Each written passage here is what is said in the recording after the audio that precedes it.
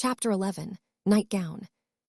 We had lain thus in bed, chatting and napping at short intervals, and Queequeg now and then affectionately throwing his brown tattooed legs over mine, and then drawing them back.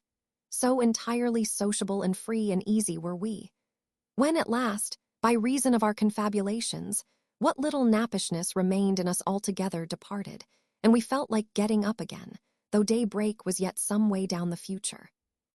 Yes, we became very wakeful, so much so that our recumbent position began to grow wearisome, and by little and little we found ourselves sitting up, the clothes well tucked around us, leaning against the headboard with our 4 knees drawn up close together, and our 2 noses bending over them, as if our knee-pans were warming pans. We felt very nice and snug, the more so since it was so chilly out of doors, indeed out of bedclothes too, seeing that there was no fire in the room.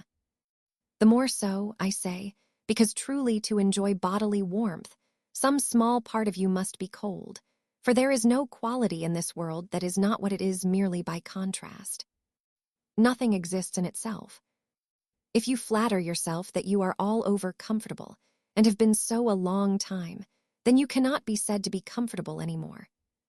But if, like Queequeg and me in the bed, the tip of your nose or the crown of your head be slightly chilled, why then, indeed, in the general consciousness you feel most delightfully and unmistakably warm. For this reason, a sleeping apartment should never be furnished with a fire, which is one of the luxurious discomforts of the rich.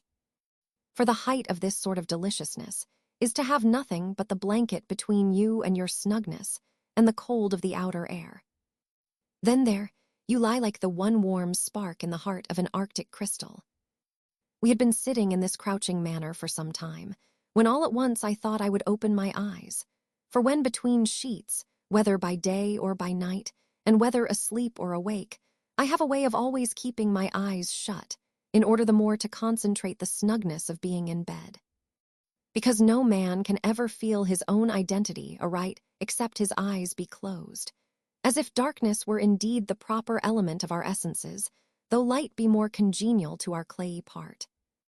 Upon opening my eyes, then, and coming out of my own pleasant and self-created darkness into the imposed and coarse outer gloom of the unilluminated 12 o'clock at night, I experienced a disagreeable revulsion. Nor did I at all object to the hint from Queequeg that perhaps it were best to strike a light, seeing that we were so wide awake, and besides he felt a strong desire to have a few quiet puffs from his tomahawk. Be it said that though I had felt such a strong repugnance to his smoking in the bed the night before, yet see how elastic our stiff prejudices grow when love once comes to bend them. For now I liked nothing better than to have Queequeg smoking by me, even in bed, because he seemed to be full of such serene household joy then. I no more felt unduly concerned for the landlord's policy of insurance. I was only alive to the condensed confidential comfortableness of sharing a pipe and a blanket with a real friend. With our shaggy jackets drawn about our shoulders, we now passed the tomahawk from one to the other, till slowly there grew over us a blue hanging tester of smoke, illuminated by the flame of the new-lit lamp. Whether it was that this undulating tester rolled the savage away to far distant scenes, I know not, but he now spoke of his native island, and, eager to hear his history, I begged him to go on and tell it. He gladly complied. Though at the time I but ill comprehended not a few of his words, yet subsequent disclosures, when I had become more familiar with his broken phraseology, now enable me to present the whole story such as it may prove in the mere skeleton I give. Chapter 12. Biographical. Queequeg was a native of Rockavoco, an island far away to the west and south. It is not down in any map, true places never are. When a new-hatched savage running wild about his native woodlands in a grass clout, followed by the nibbling goats, as if he were a green sapling. Even then, in Queequeg's ambitious soul, lurked a strong desire to see something more of Christendom than a specimen whaler or two. His father was a high chief, a king, his uncle a high priest, and on the maternal side he boasted aunts who were the wives of unconquerable warriors. There was excellent blood in his veins, royal stuff, though sadly vitiated, I fear, by the cannibal propensity he nourished in his untutored youth. A Sag Harbor ship visited his father's bay, and Queequeg sought a passage to Christian lands. But the ship, having her full complement of seamen, spurned his suit, and not all the king his father's influence could prevail. But Queequeg vowed a vow. Alone in his canoe, he paddled off to a distant strait, which he knew the ship must pass through when she quitted the island. On one side was a coral reef, on the other a low tongue of land, covered with mangrove thickets that grew out into the water. Hiding his canoe, still afloat among these thickets with its prow seaward, he sat down in the stern, paddle low in hand.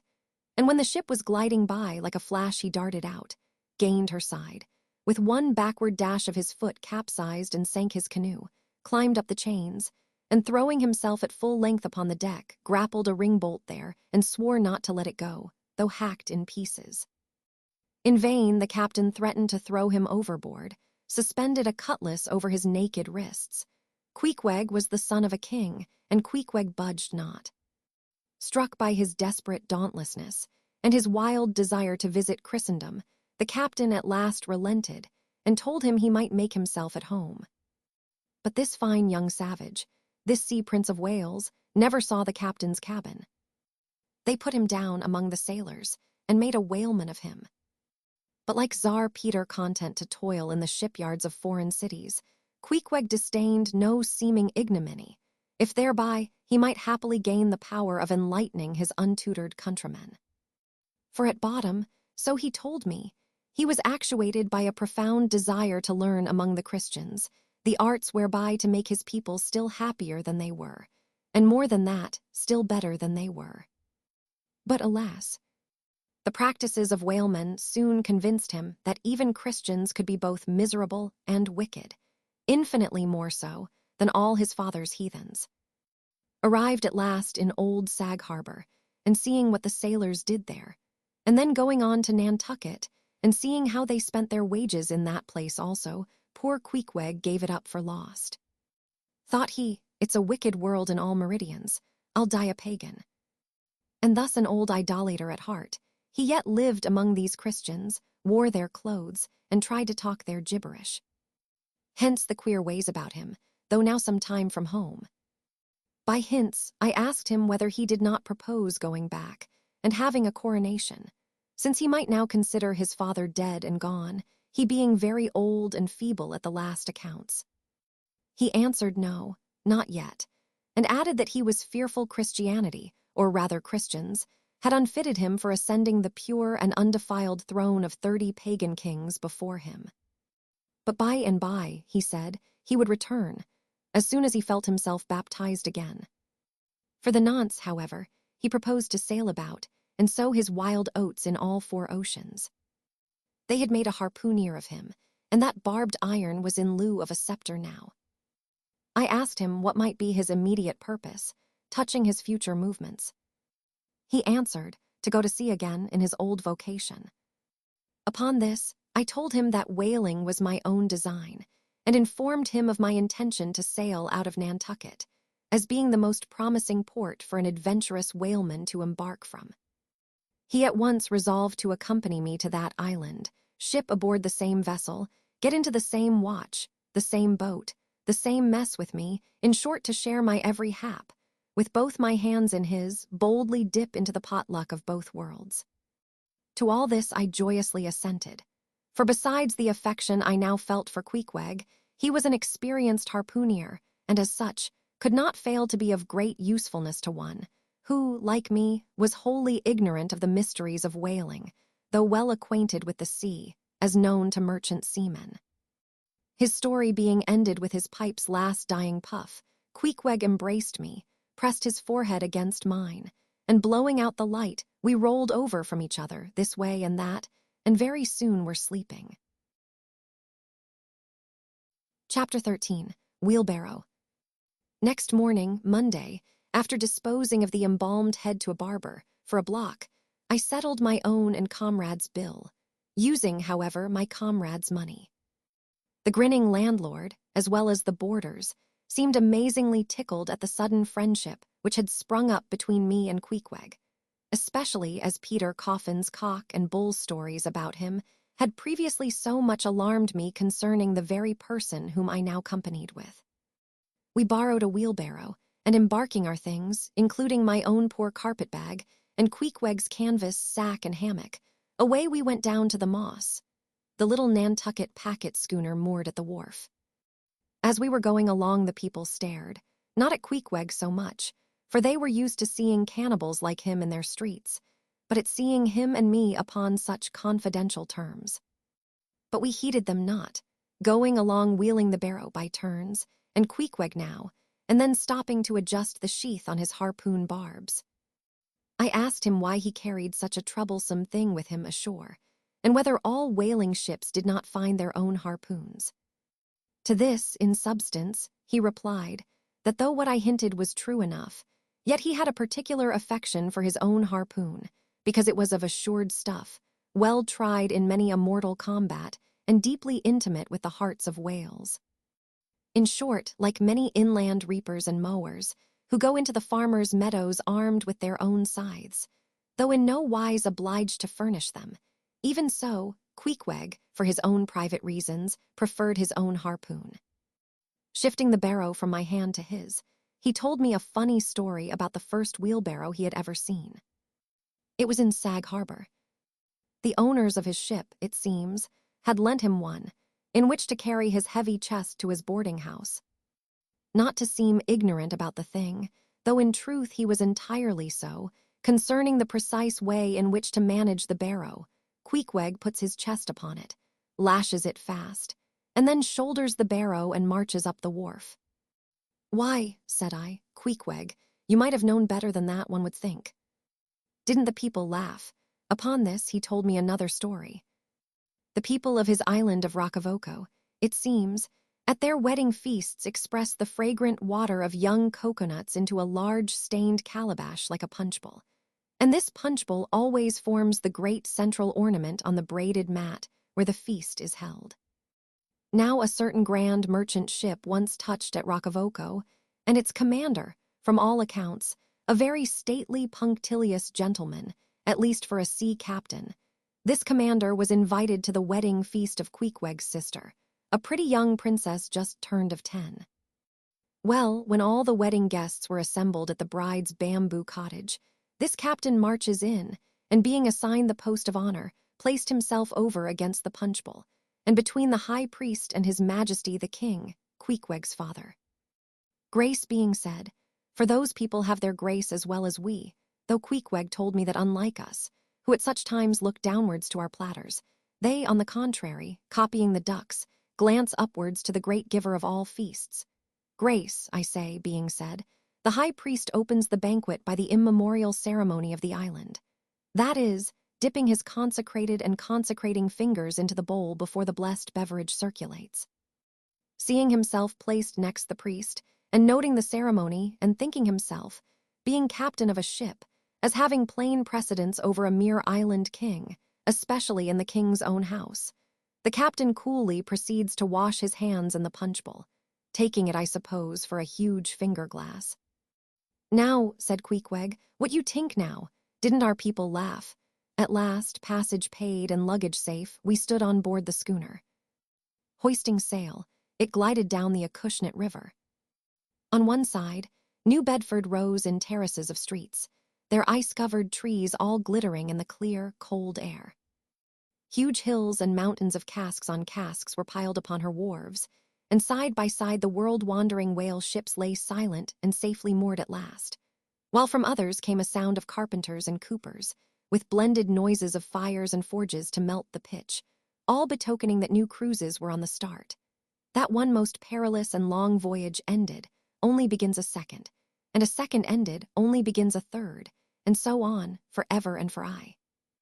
Such is the endlessness, yea, the intolerableness of all earthly effort. Gaining the more open water, the bracing breeze waxed fresh.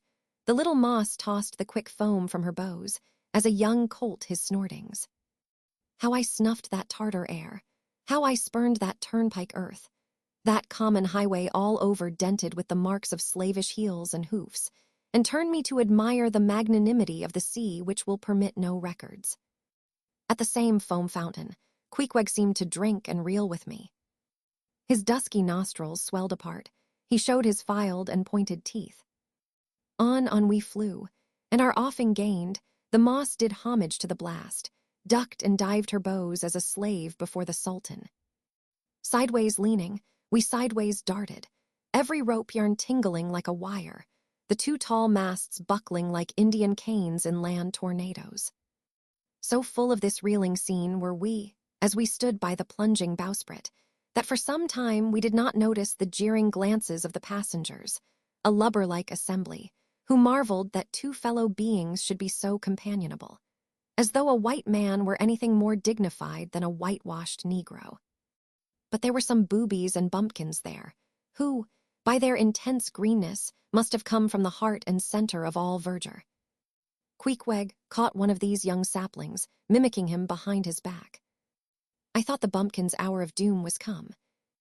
Dropping his harpoon, the brawny savage caught him in his arms, and by an almost miraculous dexterity and strength, sent him high up bodily into the air. Then slightly tapping his stern in mid-Somerset, the fellow landed with bursting lungs upon his feet, while Queequeg, turning his back upon him, lighted his tomahawk pipe and passed it to me for a puff.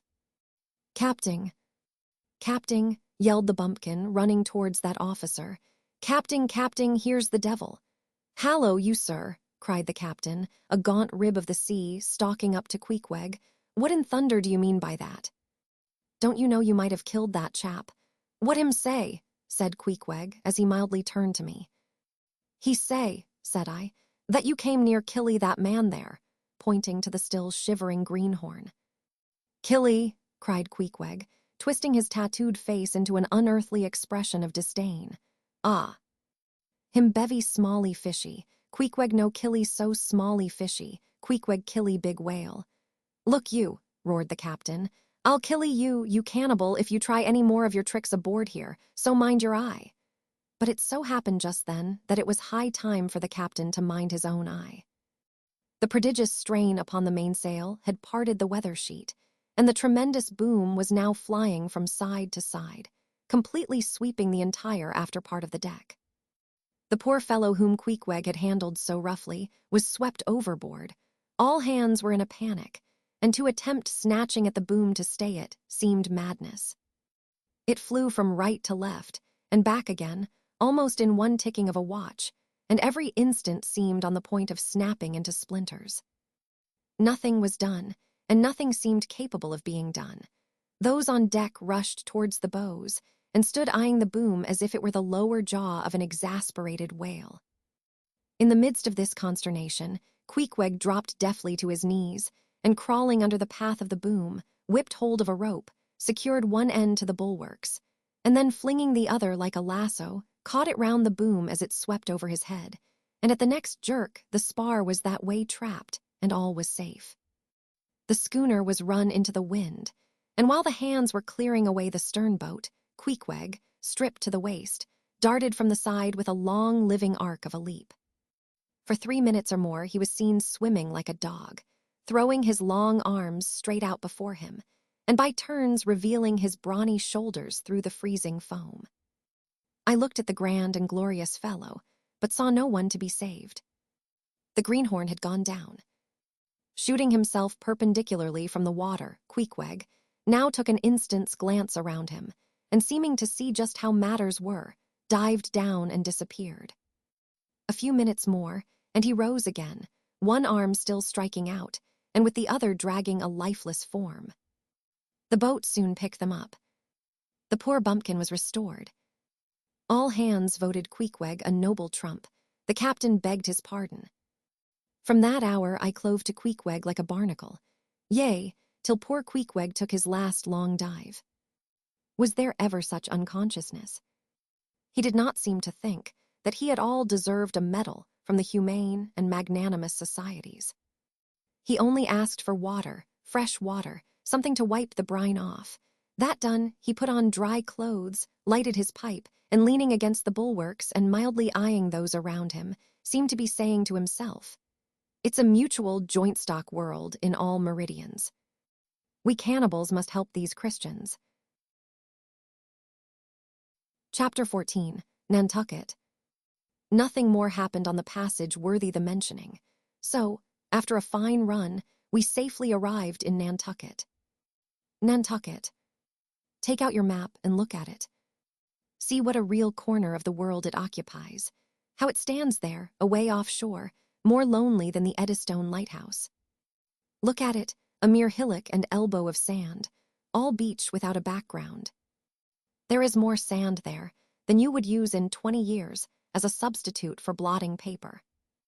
Some gamesome whites will tell you that they have to plant weeds there, they don't grow naturally, that they import Canada thistles, that they have to send beyond seas for a spile to stop a leak in an oil cask, that pieces of wood in Nantucket are carried about like bits of the true cross in Rome, that people there plant toadstools before their houses to get under the shade in summer time, that one blade of grass makes an oasis, 3 blades in a day's walk a prairie, that they wear quicksand shoes, something like Laplander snowshoes, that they are so shut up, belted about, every way enclosed, surrounded, and made an utter island of by the ocean, that to their very chairs and tables small clams will sometimes be found adhering, as to the backs of sea turtles. But these extravaganzas only show that Nantucket is no Illinois. Look now at the wondrous traditional story of how this island was settled by the red men. Thus goes the legend. In olden times, an eagle swooped down upon the New England coast and carried off an infant Indian in his talons. With loud lament, the parents saw their child borne out of sight over the wide waters. They resolved to follow in the same direction. Setting out in their canoes, after a perilous passage they discovered the island, and there they found an empty ivory casket, the poor little Indian's skeleton. What wonder, then, that these Nantucketers, born on a beach, should take to the sea for a livelihood. They first caught crabs and quahogs in the sand. Grown bolder, they waded out with nets for mackerel. More experienced, they pushed off in boats and captured cod. And at last, launching a navy of great ships on the sea, explored this watery world, put an incessant belt of circumnavigations round it, peeped in at Bering Straits, and in all seasons and all oceans declared everlasting war with the mightiest animated mass that has survived the flood, most monstrous and most mountainous. That Himmelhin, salt-sea mastodon, clothed with such portentousness of unconscious power, that his very panics are more to be dreaded than his most fearless and malicious assaults. And thus have these naked Nantucketers, these sea hermits, issuing from their ant-hill in the sea, overrun and conquered the watery world like so many Alexanders, parceling out among them the Atlantic, Pacific, and Indian Oceans, as the 3 pirate powers did Poland. Let America add Mexico to Texas, and pile Cuba upon Canada. Let the English overswarm all India, and hang out their blazing banner from the sun. 2/3 of this terraqueous globe are the Nantucketer, S. For the sea is his. He owns it, as emperors own empires, other seamen having but a right-of-way through it. Merchant ships are but extension bridges, armed ones but floating forts. Even pirates and privateers, though following the sea as highwaymen the road, they but plunder other ships, other fragments of the land like themselves, without seeking to draw their living from the bottomless deep itself. The Nantucketer, he alone resides and riots on the sea. He alone, in Bible language, goes down to it in ships, to and fro plowing it as his own special plantation. There is his home, there lies his business, which a Noah's flood would not interrupt, though it overwhelmed all the millions in China. He lives on the sea, as prairie cocks in the prairie. He hides among the waves, he climbs them as chamois hunters climb the Alps. For years he knows not the land, so that when he comes to it at last, it smells like another world, more strangely than the moon would to an earthsman. With the landless gull, that at sunset folds her wings and is rocked to sleep between billows, so at nightfall, the Nantucketer, out of sight of land, furls his sails and lays him to his rest, while under his very pillow rush herds of walruses and whales. Chapter 15, Chowder. It was quite late in the evening when the little Moss came snugly to anchor, and Queequeg and I went ashore, so we could attend to no business that day, at least none but a supper and a bed.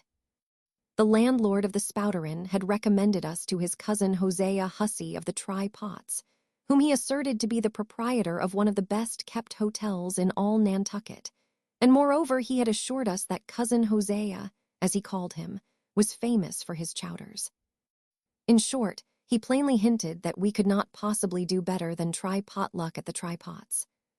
But the directions he had given us about keeping a yellow warehouse on our starboard hand till we opened a white church to the larboard, and then keeping that on the larboard hand till we made a corner 3 points to the starboard, and that done, then ask the first man we met where the place was.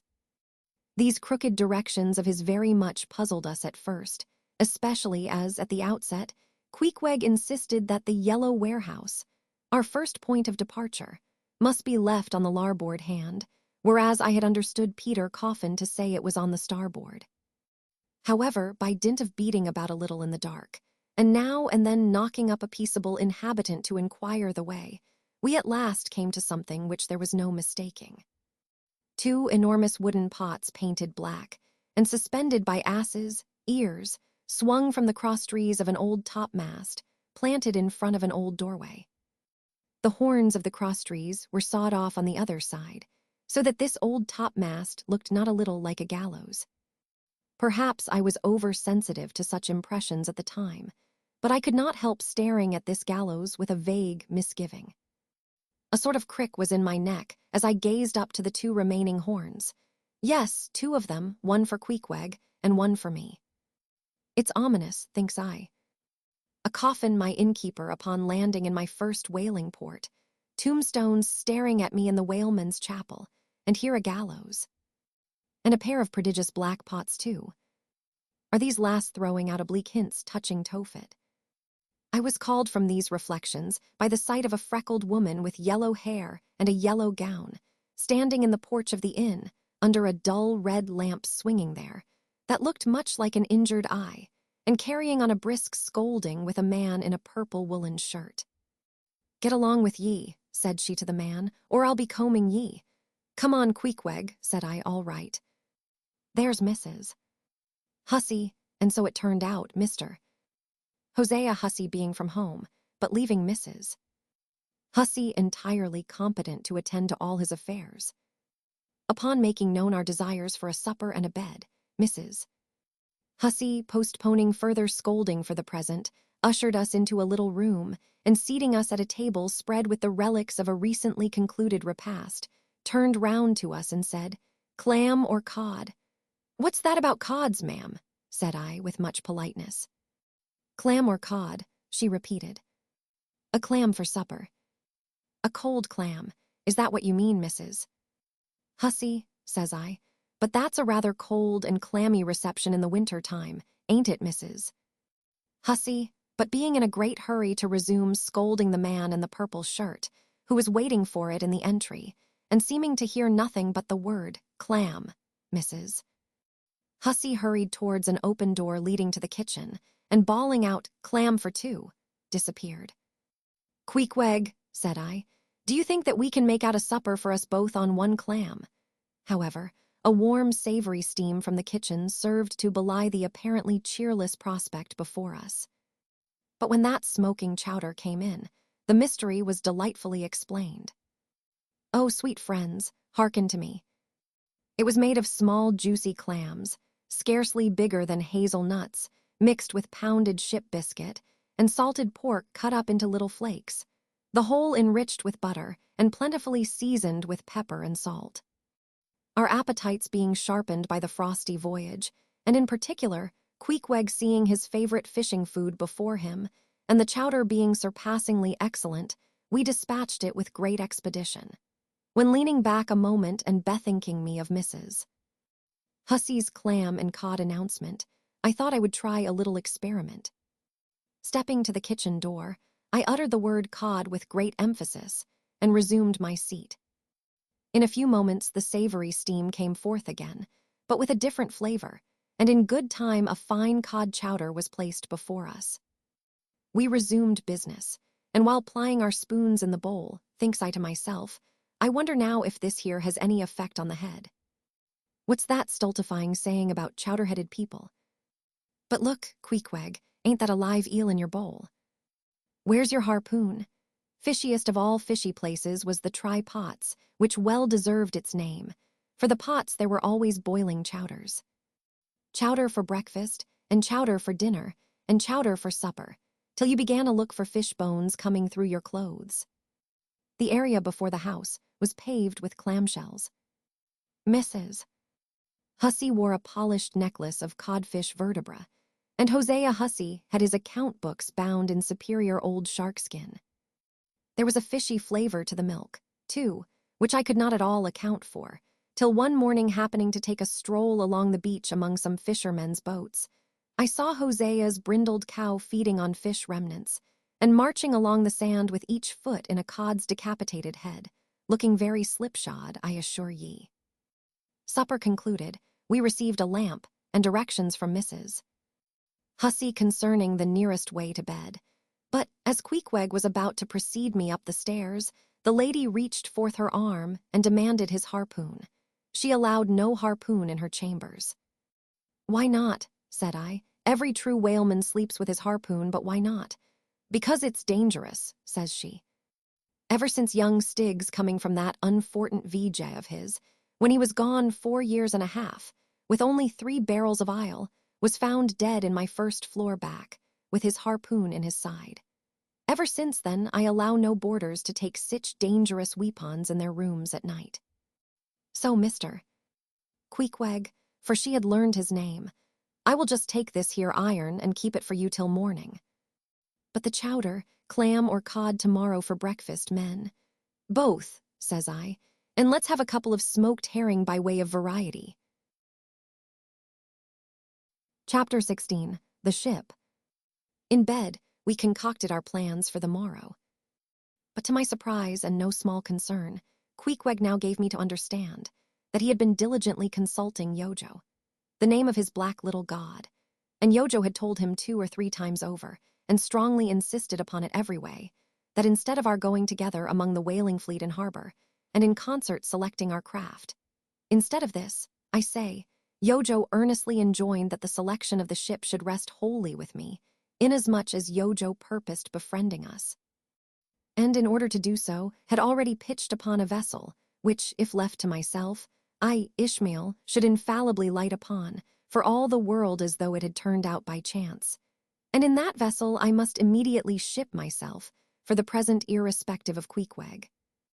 I have forgotten to mention that, in many things, Queequeg placed great confidence in the excellence of Yojo's judgment and surprising forecast of things, and cherished Yojo with considerable esteem, as a rather good sort of god, who perhaps meant well enough upon the whole, but in all cases did not succeed in his benevolent designs. Now this plan of Queequeg's, or rather Yojo's, touching the selection of our craft, I did not like that plan at all. I had not a little relied upon Queequeg's sagacity to point out the whaler best fitted to carry us and our fortunes securely.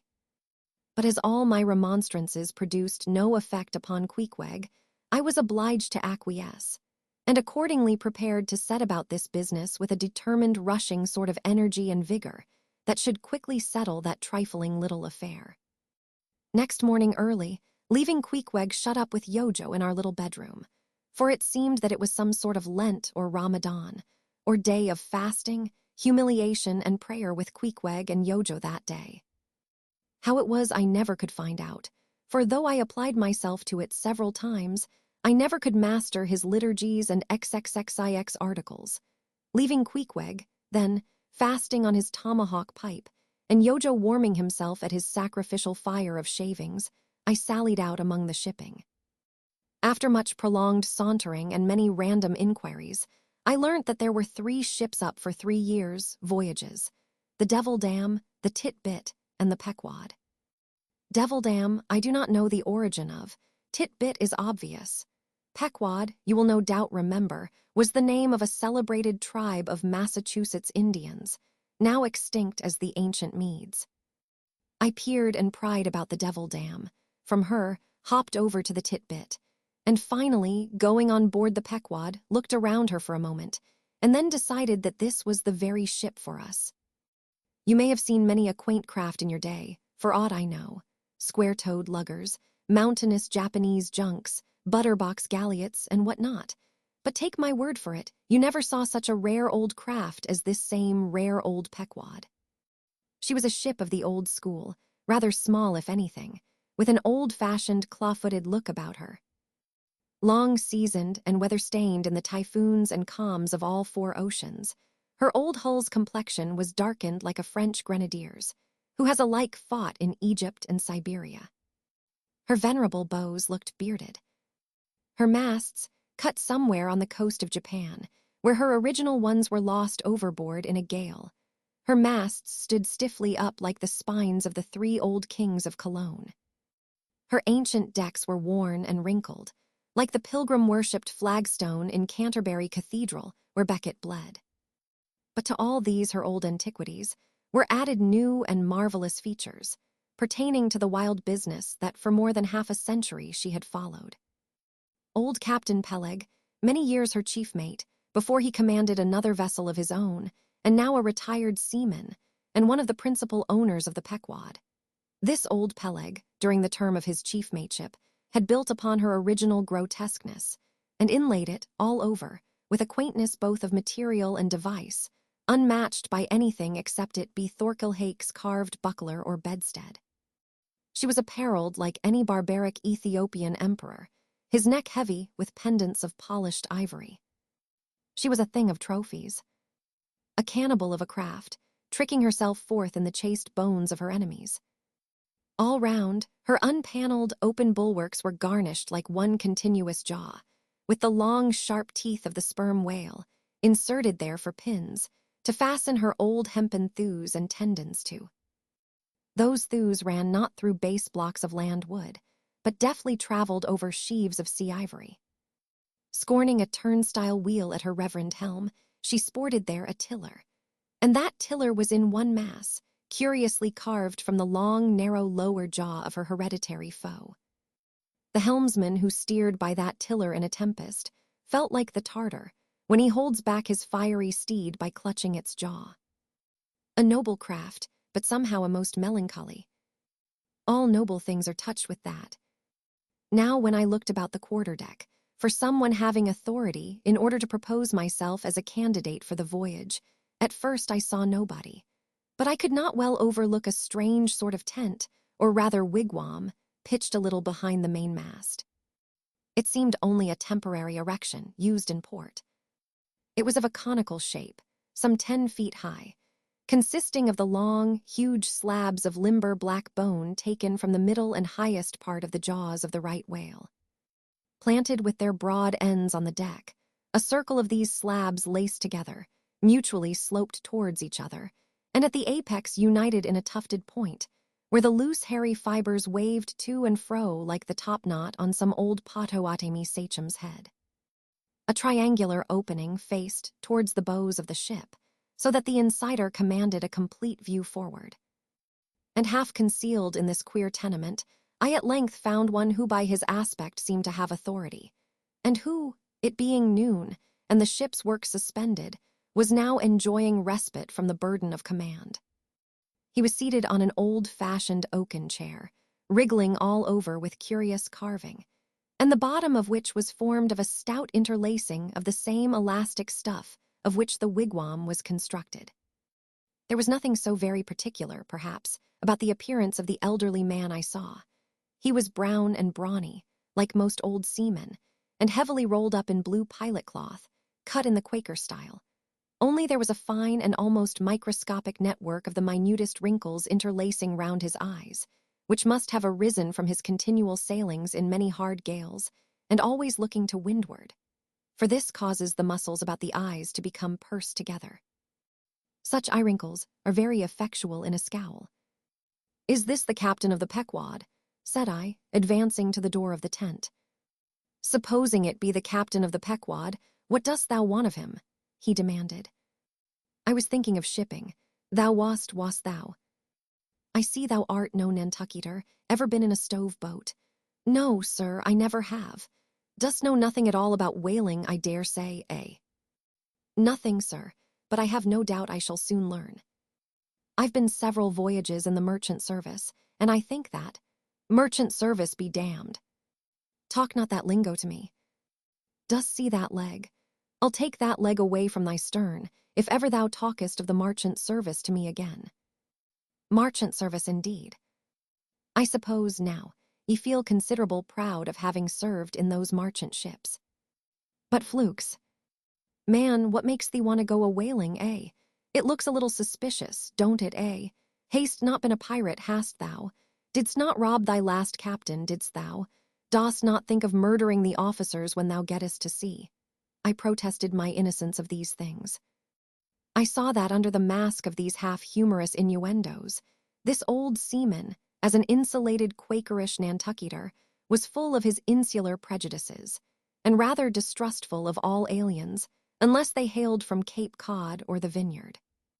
But what takes thee a-whaling? I want to know that before I think of shipping ye. Well, sir, I want to see what whaling is. I want to see the world. Want to see what whaling is, eh? Have ye clapped eye on Captain Ahab? Who is Captain Ahab, sir? Aye, I thought so. Captain Ahab is the captain of this ship. I am mistaken, then. I thought I was speaking to the captain himself. Thou art speaking to Captain Peleg. That's who ye are speaking to, young man. It belongs to me and Captain Bildad to see the Pequod fitted out for the voyage, and supplied with all her needs, including crew. We are part owners and agents. But as I was going to say, if thou wantest to know what whaling is, as thou tellest ye do, I can put ye in a way of finding it out before ye bind yourself to it, past backing out. Clap eye on Captain Ahab, young man, and thou wilt find that he has only one leg. What do you mean, sir? Was the other one lost by a whale? Lost by a whale. Young man, come nearer to me. It was devoured, chewed up, crunched by the monstrousest parmacity that ever chipped a boat. Ah.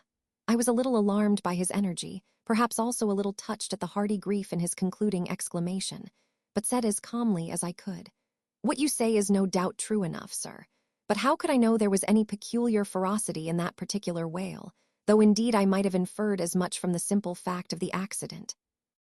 Look ye now, young man, thy lungs are a sort of soft, d'ye see. Thou dost not talk shark a bit. Sure, ye have been to sea before now, sure of that. Sir, said I thought I told you that I had been 4 voyages in the merchant. Hard down out of that. Mind what I said about the merchant service. Don't aggravate me, I won't have it. But let us understand each other. I have given thee a hint about what whaling is. Do we yet feel inclined for it? I do, sir. Very good. Now, art thou the man to pitch a harpoon down a live whale's throat, and then jump after it? Answer quick. I am, sir, if it should be positively indispensable to do so, not to be got rid of, that is, which I don't take to be the fact. Good again.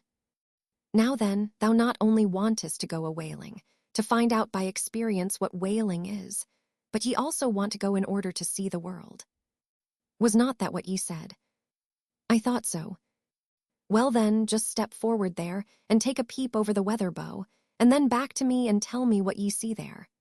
For a moment, I stood a little puzzled by this curious request, not knowing exactly how to take it, whether humorously or in earnest.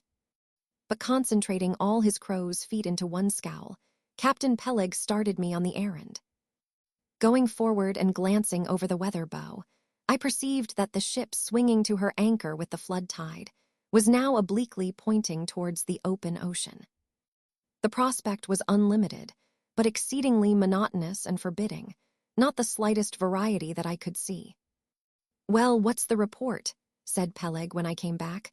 What did ye see? Not much, I replied. Nothing but water, considerable horizon though, and there's a squall coming up, I think. Well, what dost thou think then of seeing the world? Do you wish to go round Cape Horn to see any more of it, eh? Can't ye see the world where you stand? I was a little staggered, but go a-whaling I must, and I would.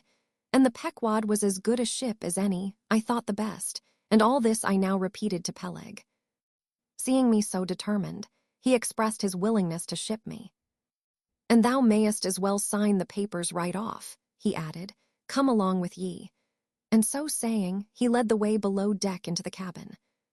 Seated on the transom, was what seemed to me a most uncommon and surprising figure.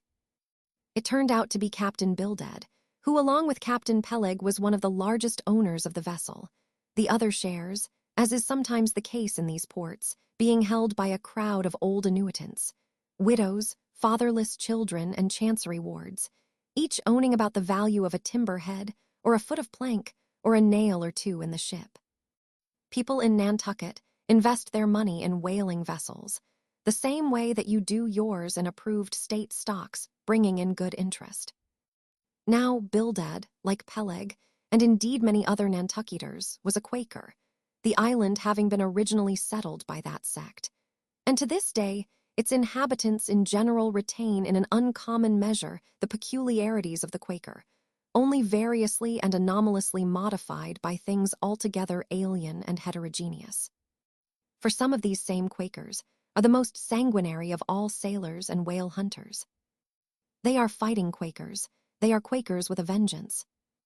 So that there are instances among them of men who, named with scripture names, a singularly common fashion on the island, and in childhood naturally imbibing the stately dramatic thee and thou of the Quaker idiom. Still, from the audacious, daring, and boundless adventure of their subsequent lives, strangely blend with these unoutgrown peculiarities, 1,000 bold dashes of character, not unworthy a Scandinavian sea king or a poetical pagan Roman. And when these things unite in a man of greatly superior natural force, with a globular brain and a ponderous heart, who has also by the stillness and seclusion of many long night watches in the remotest waters, and beneath constellations never seen here at the north, been led to think untraditionally and independently, receiving all nature's sweet or savage impressions fresh from her own virgin voluntary and confiding breast, and thereby chiefly, but with some help from accidental advantages, to learn a bold and nervous lofty language. That man makes one in a whole nation's census, a mighty pageant creature, formed for noble tragedies. Nor will it at all detract from him, dramatically regarded, if either by birth or other circumstances, he have what seems a half-willful overruling morbidness at the bottom of his nature. For all men tragically great are made so through a certain morbidness. Be sure of this, O young ambition, all mortal greatness is but disease. But as yet we have not to do with such an one, but with quite another, and still a man who, if indeed peculiar, it only results again from another phase of the Quaker, modified by individual circumstances. Like Captain Peleg, Captain Bildad was a well-to-do, retired whaleman. But unlike Captain Peleg, who cared not a rush for what are called serious things, and indeed deemed those self-same serious things the veriest of all trifles, Captain Bildad had not only been originally educated according to the strictest sect of Nantucket Quakerism, but all his subsequent ocean life, and the sight of many unclad, lovely island creatures, round the Horn, all that had not moved this native-born Quaker one single jot, had not so much as altered one angle of his vest. Still, for all this immutableness, was there some lack of common consistency about worthy Captain Bildad? Though refusing, from conscientious scruples, to bear arms against land invaders, yet himself had illimitably invaded the Atlantic and Pacific, and though a sworn foe to human bloodshed, yet had he in his straight-bodied coat spilled tons upon tons of Leviathan gore. How now in the contemplative evening of his days, the pious Bildad reconciled these things in the reminiscence, I do not know, but it did not seem to concern him much, and very probably he had long since come to the sage and sensible conclusion that a man's religion is one thing, and this practical world quite another. This world pays dividends. Rising from a little cabin boy in short clothes of the drabbest drab, to a harpooner in a broad shad-bellied waistcoat, from that becoming boat-header, chief mate, and captain, and finally a ship owner, Bildad, as I hinted before, had concluded his adventurous career by wholly retiring from active life at the goodly age of 60, and dedicating his remaining days to the quiet receiving of his well-earned income. Now Bildad, I am sorry to say, had the reputation of being an incorrigible old hunks, and in his seagoing days a bitter, hard taskmaster. They told me in Nantucket, though it certainly seems a curious story, that when he sailed the old Cattegut whaleman, His crew, upon arriving home, were mostly all carried ashore to the hospital, sore, exhausted, and worn out. For a pious man, especially for a Quaker, he was certainly rather hard-hearted, to say the least. He never used to swear, though, at his men, they said, but somehow he got an inordinate quantity of cruel, unmitigated hard work out of them. When Bildad was a chief mate, to have his drab-colored eye intently looking at you made you feel completely nervous, till you could clutch something, a hammer or a marling spike, and go to work like mad at something or other, never mind what. Indolence and idleness perished before him. His own person was the exact embodiment of his utilitarian character. On his long, gaunt body, he carried no spare flesh, no superfluous beard, his chin having a soft, economical nap to it, like the worn nap of his broad-brimmed hat. Such, then, was the person that I saw seated on the transom when I followed Captain Peleg down into the cabin. The space between the decks was small, and there, bolt upright, sat old Bildad, who always sat so and never leaned, and this to save his coat tails. His broad brim was placed beside him, his legs were stiffly crossed, his drab vesture was buttoned up to his chin, and spectacles on nose, he seemed absorbed in reading from a ponderous volume. "Bildad," cried Captain Peleg, "at it again, Bildad, eh? Ye have been studying those scriptures, now for the last 30 years, to my certain knowledge. How far ye got, Bildad?" As if long habituated to such profane talk from his old shipmate, Bildad, without noticing his present irreverence, quietly looked up, and seeing me, glanced again inquiringly towards Peleg. "He says he's our man, Bildad," said Peleg. "He wants to ship." "Dost thee?" said Bildad in a hollow tone, and turning round to me. "I dost," said I unconsciously. He was so intense a Quaker. "What do you think of him, Bildad?" said Peleg. "He'll do," said Bildad, eyeing me, and then went on spelling away at his book in a mumbling tone quite audible. I thought him the queerest old Quaker I ever saw, especially as Peleg, his friend and old shipmate, seemed such a blusterer. But I said nothing, only looking round me sharply. Peleg now threw open a chest, and drawing forth the ship's articles, placed pen and ink before him, and seated himself at a little table. I began to think it was high time to settle with myself at what terms I would be willing to engage for the voyage. I was already aware that in the whaling business they paid no wages, but all hands, including the captain, received certain shares of the profits called lays, and that these lays were proportioned to the degree of importance pertaining to the respective duties of the ship's company. I was also aware that being a green hand at whaling, my own lay would not be very large, but considering that I was used to the sea, could steer a ship, splice a rope, and all that, I made no doubt that from all I had heard I should be offered at least the 275th lay. That is, the 275th part of the clear net proceeds of the voyage, whatever that might eventually amount to.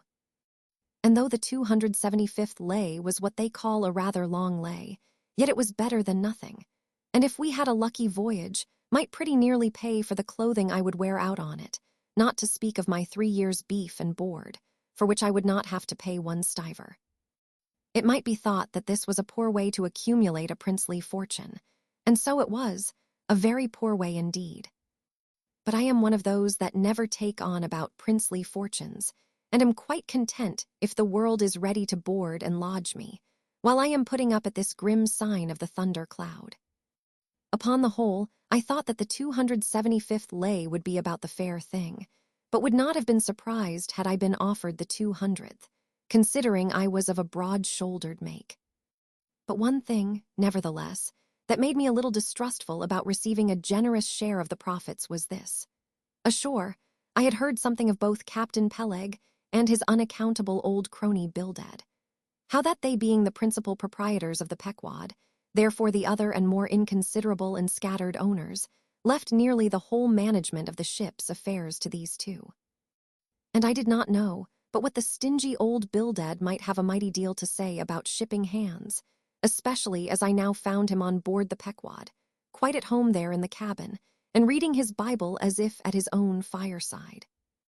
Now, while Peleg was vainly trying to mend a pen with his jackknife, old Bildad, to my no small surprise, considering that he was such an interested party in these proceedings. Bildad never heeded us, but went on mumbling to himself out of his book. "Lay not up for yourselves treasures upon earth, where moth—" "Well, Captain Bildad," interrupted Peleg, "what d'ye say, what lay shall we give this young man?" "Thou knowest best," was the sepulchral reply. "The 777th wouldn't be too much, would it? Where moth and rust do corrupt, but lay. Lay, indeed, thought I, and such a lay. The 777th. Well, old Bildad, you are determined that I, for one, shall not lay up many lays here below, where moth and rust do corrupt." It was an exceedingly long lay, that, indeed, and though from the magnitude of the figure it might at first deceive a landsman, yet the slightest consideration will show that though 777 is a pretty large number, yet, when you come to make a tenth of it, you will then see, I say, that the 777th part of a farthing is a good deal less than 777 gold doubloons, and so I thought at the time. "Why, blast your eyes, Bildad," cried Peleg, "thou dost not want to swindle this young man. He must have more than that." 777th, again said Bildad, without lifting his eyes, and then went on mumbling, "For where your treasure is, there will your heart be also." "I am going to put him down for the 300th, said Peleg. "Do ye hear that, Bildad?" "The 300th lay, I say." Bildad laid down his book, and turning solemnly towards him said, "Captain Peleg, thou hast a generous heart, but thou must consider the duty thou owest to the other owners of this ship, widows and orphans, many of them, and that if we too abundantly reward the labors of this young man, we may be taking the bread from those widows and those orphans." The 777th lay, Captain Peleg.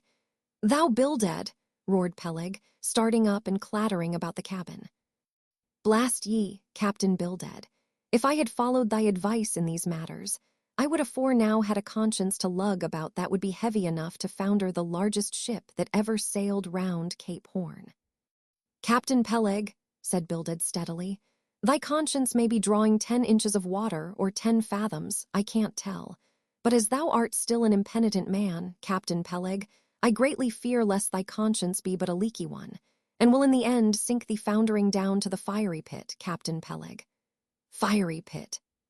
Fiery pit. Ye insult me, man, past all natural bearing ye insult me. It's an all-fired outrage to tell any human creature that he's bound to hell. Flukes and flames. Bildad, say that again to me, and start my soul bolts, but yes, I'll swallow a live goat with all his hair and horns on. Out of the cabin, ye canting, drab-colored son of a wooden gun, a straight wake with ye." As he thundered out this, he made a rush at Bildad, but with a marvelous oblique, sliding celerity, Bildad for that time eluded him. Alarmed at this terrible outburst between the two principal and responsible owners of the ship, and feeling half a mind to give up all idea of sailing in a vessel so questionably owned and temporarily commanded, I stepped aside from the door to give egress to Bildad, who, I made no doubt, was all eagerness to vanish from before the awakened wrath of Peleg. But to my astonishment, he sat down again on the transom very quietly, and seemed to have not the slightest intention of withdrawing. He seemed quite used to impenitent Peleg and his ways. As for Peleg, after letting off his rage as he had, there seemed no more left in him, and he, too, sat down like a lamb, though he twitched a little as if still nervously agitated. "Hugh," he whistled at last, "the squall's gone off to leeward, I think. Bildad, thou used to be good at sharpening a lance. Mend that pen, will ye? My jackknife here needs the grindstone." "That's he, thank ye, Bildad. Now then, my young man, Ishmael's thy name, didn't ye say? Well then, down ye go here, Ishmael, for the 300th lay." "Captain Peleg," said I have a friend with me who wants to ship too. Shall I bring him down tomorrow?" "To be sure," said Peleg. "Fetch him along, and we'll look at him." "What lay does he want?" groaned Bildad, glancing up from the book in which he had again been burying himself. "Oh, never thee mind about that, Bildad," said Peleg. "Has he ever whaled at any?" turning to me. Killed more whales than I can count, Captain Peleg. Well, bring him along then. And after signing the papers, off I went, nothing doubting but that I had done a good morning's work, and that the Pequod was the identical ship that Yojo had provided to carry Queequeg and me round the Cape. But I had not proceeded far, when I began to bethink me that the captain with whom I was to sail yet remained unseen by me. Though, indeed, in many cases, a whale ship will be completely fitted out and receive all her crew on board, ere the captain makes himself visible by arriving to take command. For sometimes these voyages are so prolonged, and the shore intervals at home so exceedingly brief, that if the captain have a family or any absorbing concernment of that sort, he does not trouble himself much about his ship in port, but leaves her to the owners till all is ready for sea. However, it is always as well to have a look at him before irrevocably committing yourself into his hands. Turning back, I accosted Captain Peleg, inquiring where Captain Ahab was to be found. And what dost thou want of Captain Ahab? It's all right enough, thou art shipped. Yes, but I should like to see him. But I don't think thou wilt be able to at present. I don't know exactly what's the matter with him, but he keeps close inside the house, a sort of sick, and yet he don't look so. In fact, he ain't sick, but no, he isn't well either. Anyhow, young man, he won't always see me, so I don't suppose he will thee. He's a queer man, Captain Ahab, so some think, but a good one. Oh, thou'lt like him well enough. No fear, no fear. He's a grand, ungodly, godlike man, Captain Ahab, doesn't speak much, but when he does speak, then you may well listen. Mark ye, be forewarned, Ahab's above the common. Ahab's been in colleges as well as 'mong the cannibals, been used to deeper wonders than the waves, fixed his fiery lance in mightier, stranger foes than whales. His lance? Aye, the keenest and the surest that out of all our isle. Oh. He ain't Captain Bildad, no, and he ain't Captain Peleg. He's Ahab, boy, and Ahab of old, thou knowest, was a crowned king, and a very vile one. When that wicked king was slain, the dogs, did they not lick his blood? Come hither to me, hither, hither, said Peleg, with a significance in his eye that almost startled me. Look ye, lad, never say that on board the Pequod. Never say it anywhere. Captain Ahab did not name himself.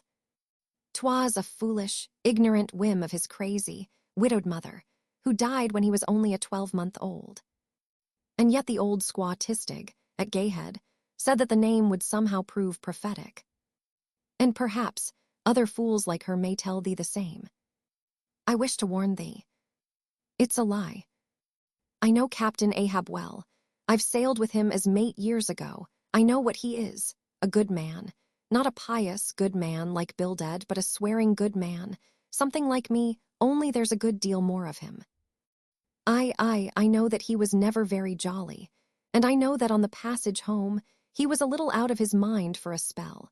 But it was the sharp shooting pains in his bleeding stump that brought that about, as anyone might see. I know, too, that ever since he lost his leg last voyage by that accursed whale, he's been a kind of moody, desperate moody, and savage sometimes. But that will all pass off. And once for all, let me tell thee and assure thee, young man, it's better to sail with a moody good captain than a laughing bad one. So goodbye to thee, and wrong not Captain Ahab, because he happens to have a wicked name. Besides, my boy, he has a wife, not 3 voyages wedded, a sweet, resigned girl. Think of that, by that sweet girl that old man has a child. Hold ye then there can be any utter, hopeless harm in Ahab? No, no, my lad, stricken, blasted, if he be, Ahab has his humanities. As I walked away, I was full of thoughtfulness.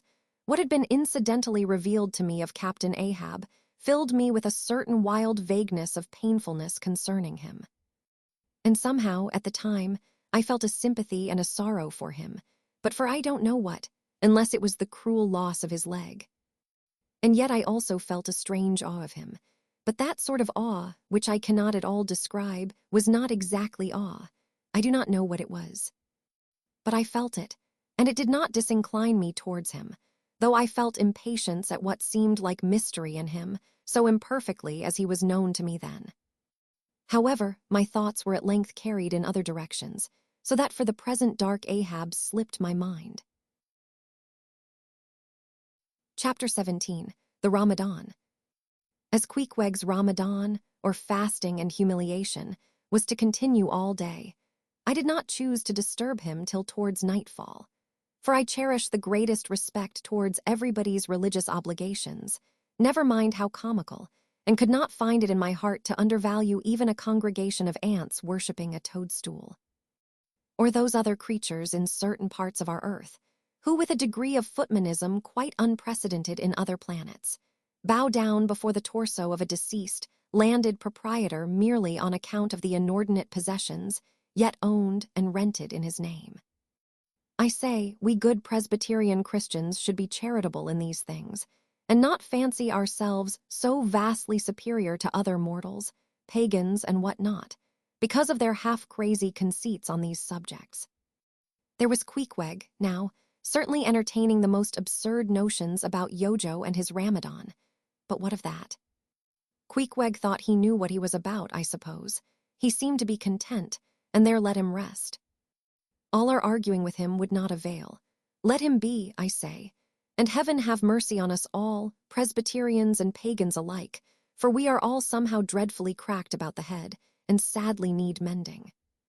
Towards evening, when I felt assured that all his performances and rituals must be over, I went up to his room and knocked at the door, but no answer. I tried to open it, but it was fastened inside. "Queequeg," said I softly through the keyhole, all silent. "I say, Queequeg, why don't you speak?" "It's I, Ishmael," but all remained still as before. I began to grow alarmed. I had allowed him such abundant time. I thought he might have had an apoplectic fit. I looked through the keyhole, but the door opening into an odd corner of the room, the keyhole prospect was but a crooked and sinister one. I could only see part of the footboard of the bed and a line of the wall, but nothing more. I was surprised to behold resting against the wall the wooden shaft of Queequeg's harpoon, which the landlady the evening previous had taken from him, before our mounting to the chamber. That's strange, thought I, but at any rate, since the harpoon stands yonder, and he seldom or never goes abroad without it, therefore he must be inside here, and no possible mistake. Queequeg, Queequeg. All still, something must have happened, apoplexy. I tried to burst open the door, but it stubbornly resisted. Running downstairs, I quickly stated my suspicions to the first person I met, the chambermaid. La, she cried, I thought something must be the matter. I went and make the bed after breakfast, and the door was locked, and not a mouse to be heard, and it's been just so silent ever since. But I thought, maybe, you had both gone off and locked your baggage in for safekeeping. La, ma'am, mistress, murder, Mrs. Hussey. Apoplexy, and with these cries, she ran towards the kitchen, I following. Mrs. Hussey soon appeared, with a mustard pot in one hand and a vinegar cruet in the other, having just broken away from the occupation of attending to the castors, and scolding her little black boy meantime. Woodhouse, cried I, which way to it? Run for God's sake, and fetch something to pry open the door, the axe. He's had a stroke, depend upon it. And so saying, I was unmethodically rushing upstairs again empty-handed, when Mrs. Hussey interposed the mustard pot and vinegar cruet, and the entire castor of her countenance. What's the matter with you, young man? Get the axe. For God's sake, run for the doctor, someone, while I pry it open. Look here, said the landlady, quickly putting down the vinegar cruet so as to have one hand free. Look here, are you talking about prying open any of my doors? And with that she seized my arm. What's the matter with you? What's the matter with you, shipmate? In as calm, but rapid a manner as possible, I gave her to understand the whole case. Unconsciously clapping the vinegar cruet to one side of her nose, she ruminated for an instant, then exclaimed, No, I haven't seen it since I put it there. Running to a little closet under the landing of the stairs, she glanced in, and returning, told me that Queequeg's harpoon was missing. He's killed himself, she cried. It's unfortunate Stiggs done over again. There goes another counterpane. God pity his poor mother. It will be the ruin of my house. Has the poor lad a sister? Where is that girl? There, Betty, go to Snarls the painter, and tell him to paint me a sign with, "No suicides permitted here, and no smoking in the parlor." Might as well kill both birds at once. Kill? The Lord be merciful to his ghost. What's that noise there? You, young man, avast there. And running up after me, she caught me as I was again trying to force open the door. I don't allow it. I won't have my premises spoiled. Go for the locksmith. There's one about a mile from here. But avast, putting her hand in her side pocket, here's a key that'll fit, I guess, let's see. And with that, she turned it in the lock, but alas. Queequeg's supplemental bolt remained unwithdrawn within. Have to burst it open, said I, and was running down the entry a little for a good start when the landlady caught at me, again vowing I should not break down her premises. But I tore from her, and with a sudden bodily rush dashed myself full against the mark. With a prodigious noise the door flew open, and the knob slamming against the wall sent the plaster to the ceiling. And there, good heavens, there sat Queequeg, altogether cool and self-collected, right in the middle of the room, squatting on his hams and holding Yojo on top of his head. He looked neither one way nor the other way, but sat like a carved image with scarce a sign of active life. "Queequeg," said I, going up to him, "Queequeg, what's the matter with you?" "He hain't been a-sittin' so all day, has he?" said the landlady. But all we said, not a word could we drag out of him. I almost felt like pushing him over so as to change his position, for it was almost intolerable. It seemed so painfully and unnaturally constrained.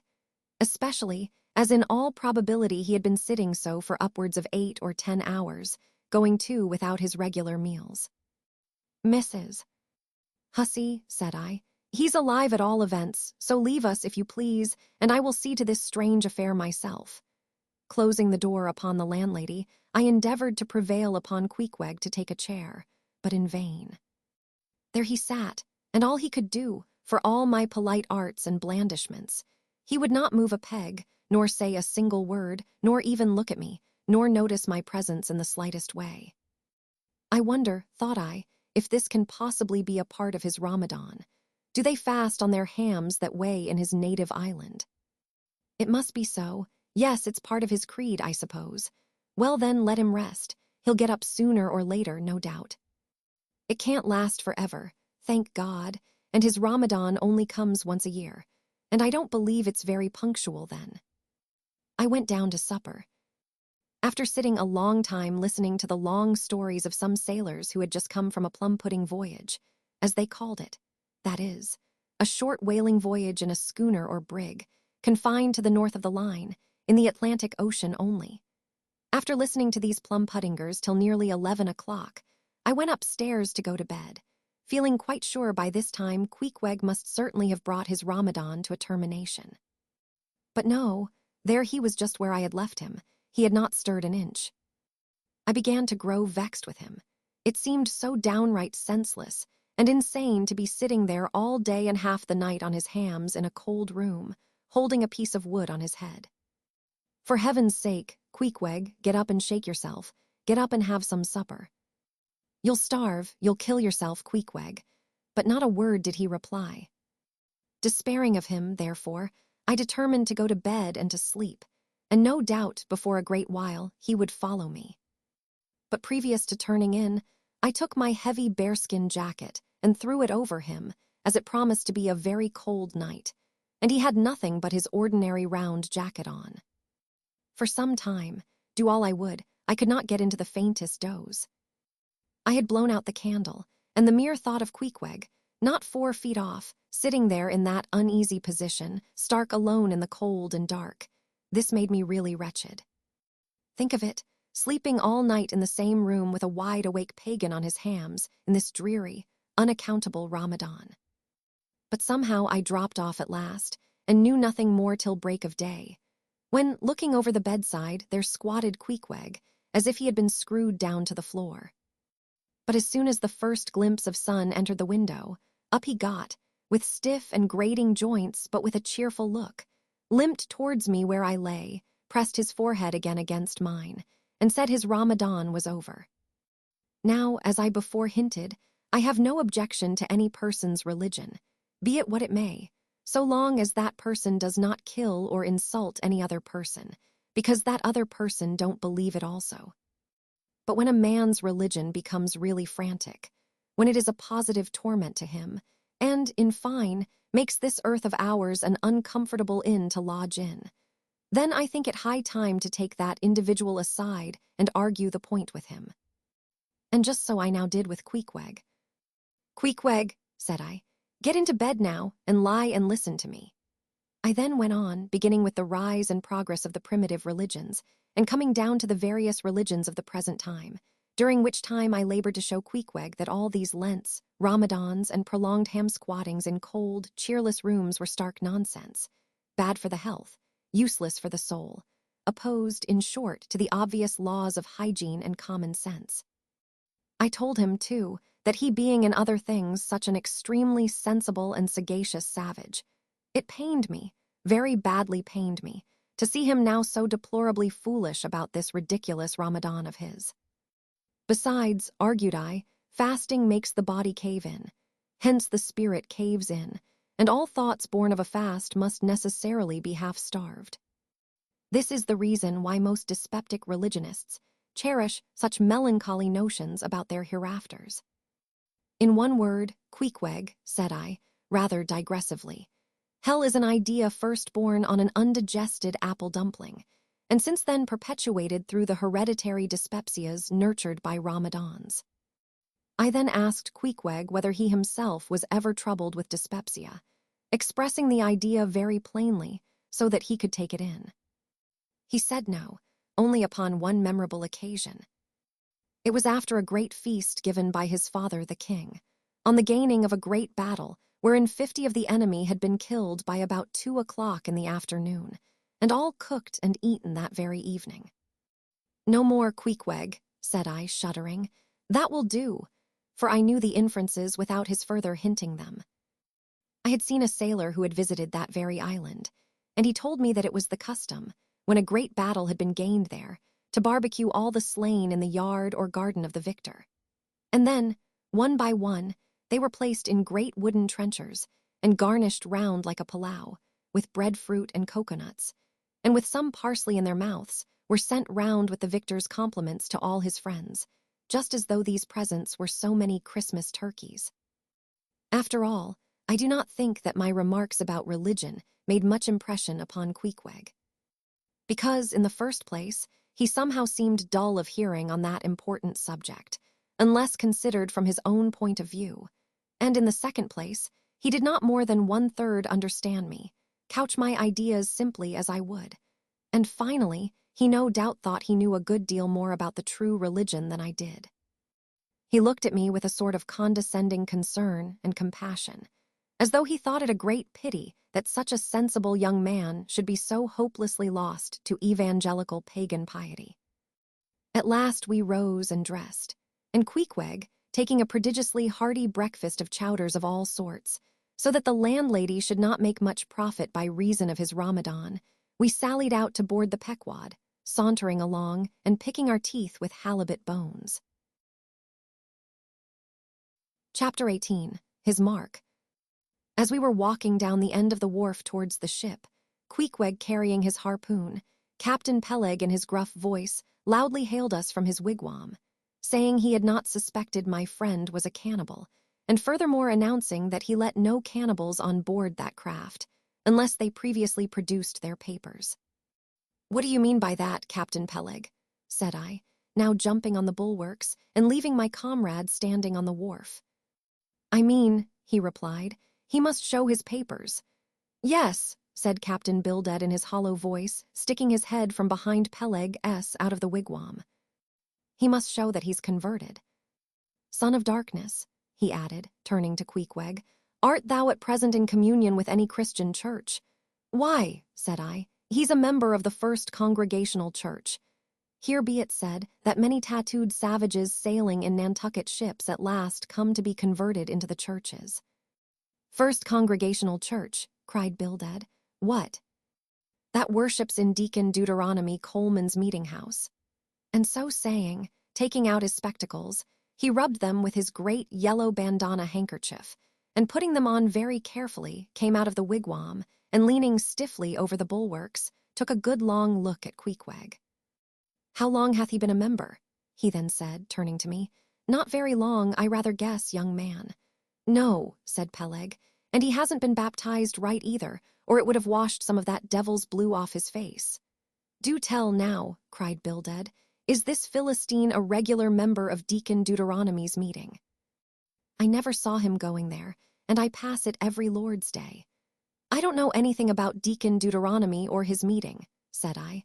"All I know is that Queequeg here is a born member of the First Congregational Church. He is a deacon himself, Queequeg is." "Young man," said Bildad sternly, "thou art skylarking with me, explain thyself, thou young Hittite. What church dost thee mean?" "Answer me." Finding myself thus hard pushed, I replied, "I mean, sir, the same ancient Catholic church to which you and Captain Peleg there, and Queequeg here, and all of us, and every mother's son and soul of us belong, the great and everlasting first congregation of this whole worshipping world. We all belong to that. Only some of us cherish some queer crotchets no ways touching the grand belief, in that we all join hands." "Splice, thou meanst ye splice hands," cried Peleg, drawing nearer. "Young man, you'd better ship for a missionary instead of a foremast hand. I never heard a better sermon. Deacon Deuteronomy, why Father Mapple himself couldn't beat it, and he's reckoned something. Come aboard, never mind about the papers. I say, tell Quohog there, what's that you call him? Tell Quohog to step along. By the great anchor, what a harpoon he's got there. Looks like good stuff that, and he handles it about right. I say, Quohog, or whatever your name is, did you ever stand in the head of a whaleboat? Did you ever strike a fish?" Without saying a word, Queequeg, in his wild sort of way, jumped upon the bulwarks, from thence into the bows of one of the whaleboats hanging to the side, and then bracing his left knee and poising his harpoon, cried out in some such way as this: "Capping, you see him small drop tar on water dara. You see him. Well, s'pose him one whale eye, well den." And taking sharp aim at it, he darted the iron right over old Bildad's broad brim, clean across the ship's decks, and struck the glistening tar spot out of sight. "Now," said Queequeg, quietly hauling in the line, "s'pose ye him whaley eye, why dad whale dead." "Quick, Bildad," said Peleg, his partner, who, aghast at the close vicinity of the flying harpoon, had retreated towards the cabin gangway. "Quick, I say, you Bildad, and get the ship's papers. We must have Hedgehog there, I mean Quohog, in one of our boats. Look ye, Quohog, we'll give ye the 90th lay, and that's more than ever was given a harpooneer yet out of Nantucket." So down we went into the cabin, and to my great joy Queequeg was soon enrolled among the same ship's company to which I myself belonged. When all preliminaries were over and Peleg had got everything ready for signing, he turned to me and said, "I guess, Quohog there don't know how to write, does he?" I say, Quohog, blast ye. Dost thou sign thy name or make thy mark? But at this question, Queequeg, who had twice or thrice before taken part in similar ceremonies, looked no ways abashed, but taking the offered pen, copied upon the paper in the proper place, an exact counterpart of a queer round figure which was tattooed upon his arm, so that through Captain Peleg's obstinate mistake touching his appellative, it stood something like this: Quohog. His X mark. Meanwhile Captain Bildad sat earnestly and steadfastly eyeing Queequeg, and at last rising solemnly and fumbling in the huge pockets of his broad-skirted drab coat, took out a bundle of tracts, and selecting one entitled, "The Latter Day Coming," or "No Time to Lose," placed it in Queequeg's hands, and then grasping them and the book with both his, looked earnestly into his eyes and said, "Son of Darkness, I must do my duty by thee. I am part owner of this ship, and feel concerned for the souls of all its crew. If thou still clingest to thy pagan ways, which I sadly fear, I beseech thee, remain not for I a Belial bondsman. Spurn the idle bell and the hideous dragon, turn from the wrath to come, mind thine eye, I say, oh. Goodness gracious. Steer clear of the fiery pit. Something of the salt sea yet lingered in old Bildad's language, heterogeneously mixed with scriptural and domestic phrases. Avast there, Bildad, avast now spoiling our harpooner, cried Peleg. Pious harpooneers never make good voyagers. It takes the shark out of 'em. No harpooner is worth a straw who ain't pretty sharkish. There was young Nat Swain, once the bravest boat header out of all Nantucket and the Vineyard. He joined the meeting and never came to good.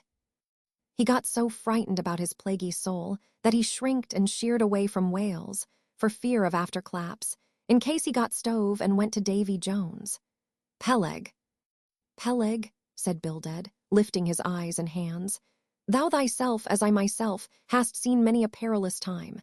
Thou knowest, Peleg, what it is to have the fear of death. How then canst thou prate in this ungodly guise? Thou beliest thine own heart, Peleg.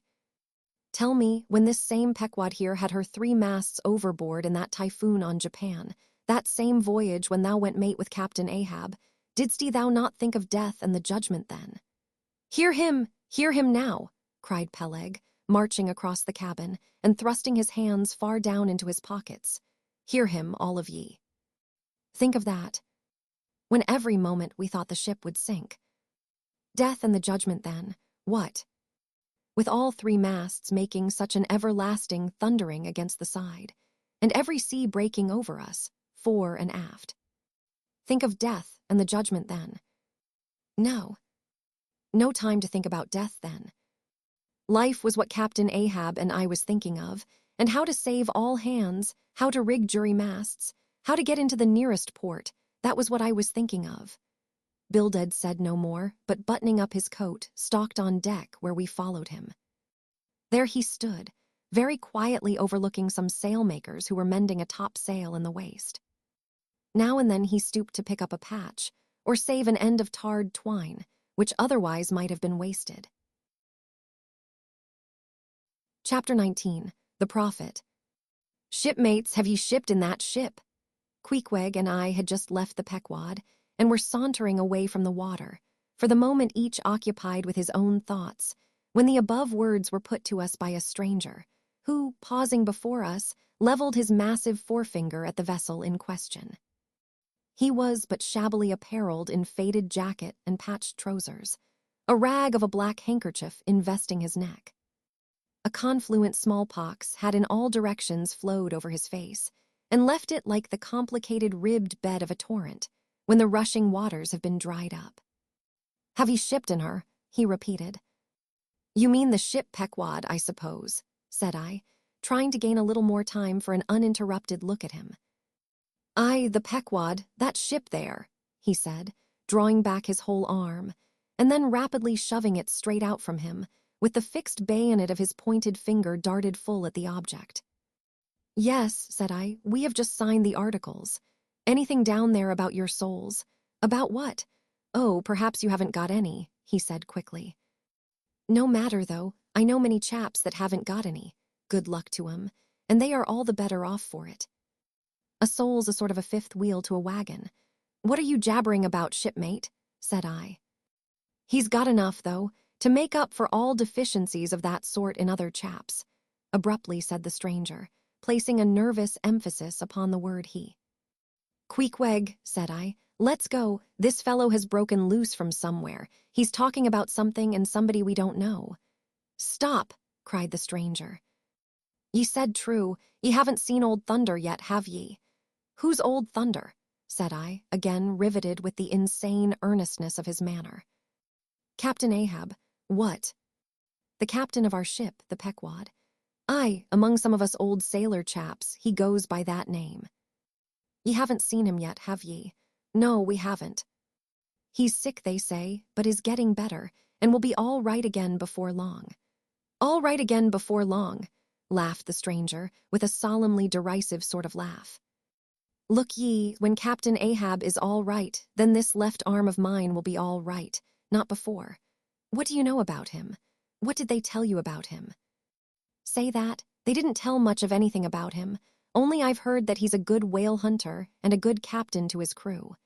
That's true, yes, both true enough. But you must jump when he gives an order. Step and growl and go, that's the word with Captain Ahab. But nothing about that thing that happened to him off Cape Horn, long ago, when he lay like dead for 3 days and nights. Nothing about that deadly scrimmage with the Spaniard afore the altar in Santa. Heard nothing about that, eh? Nothing about the silver calabash he spat into. And nothing about his losing his leg last voyage, according to the prophecy. Didn't ye hear a word about them matters, and something more, eh? No, I don't think ye did. How could ye? Who knows it? Not all Nantucket, I guess.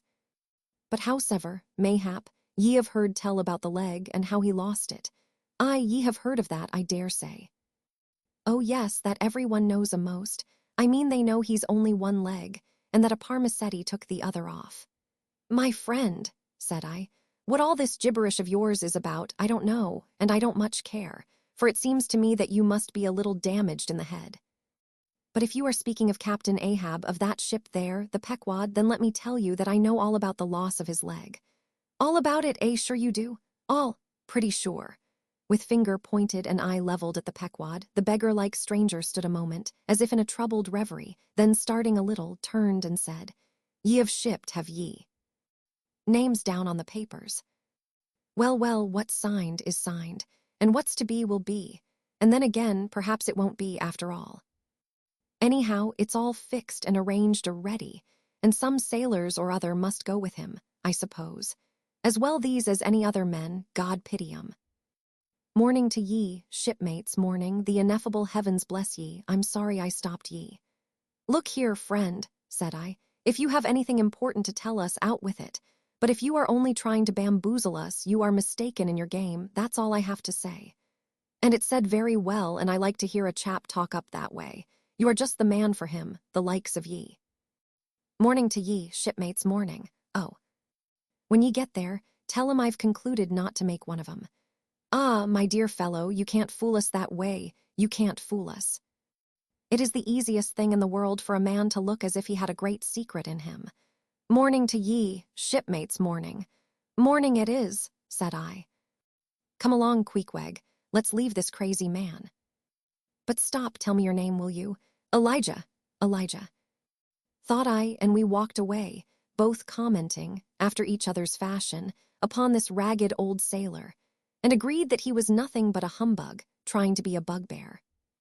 But we had not gone perhaps above 100 yards, when chancing to turn a corner, and looking back as I did so, who should be seen but Elijah following us, though at a distance.